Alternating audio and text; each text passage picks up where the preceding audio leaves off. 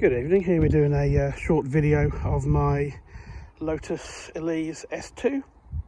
You'll see it's got a private plate on. That's in the process of being exchanged back to the original plate, which is AO52 OPM. That should be on there in the next week or so. Looking from the front, previous owner put two new spotlights in there, and the tow bar bracket in the middle has been replaced with a stainless steel item that I believe required a clam off to get it, but that's been done. And as you see, we've got a nice little front splitter there. Paintwork at the front is pretty good. There's a couple of small stone chips which you can't quite see. There's one there, but really, considering the car's 21 years old, paintwork's in pretty good condition. Headlights are good, a little bit of a scratching on them when you get close to them, but again, what you'd expect with a car of the age. The windshield, all in good condition, single windshield wiper. Mirrors, as you can see, the previous owner put a second mirror on there. Previous owner did some driving in France, but he is French, so the car spent some time of its life living in France, hence the additional mirrors. Colour is Arctic Silver, and the wheels were painted black in about 2016, I am told. The rear wing is from a Exige V6 Cup, and I put that on shortly after I bought the car. The car did have a Elise Cup wing, which was really wide. It went all the way out to the edge of the wheel arches, which I didn't find was particularly pretty. As you see there, the Exige Cup wing looks pretty good.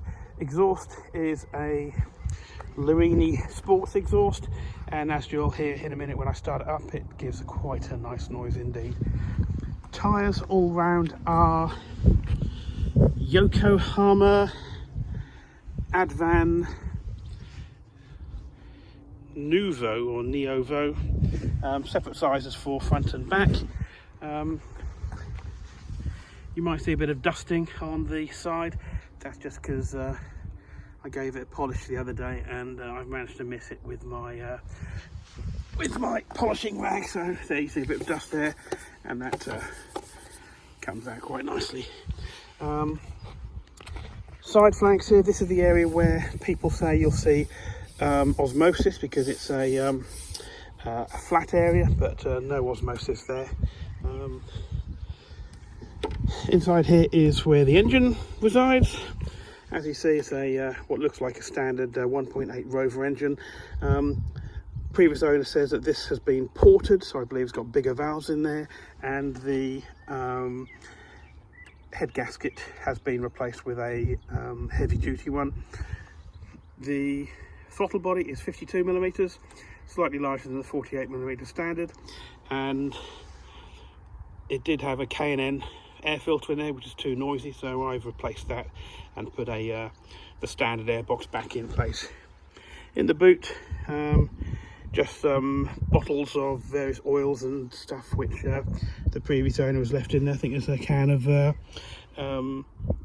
tyre inflation spray in there. Obviously there's no space in here for a spare wheel.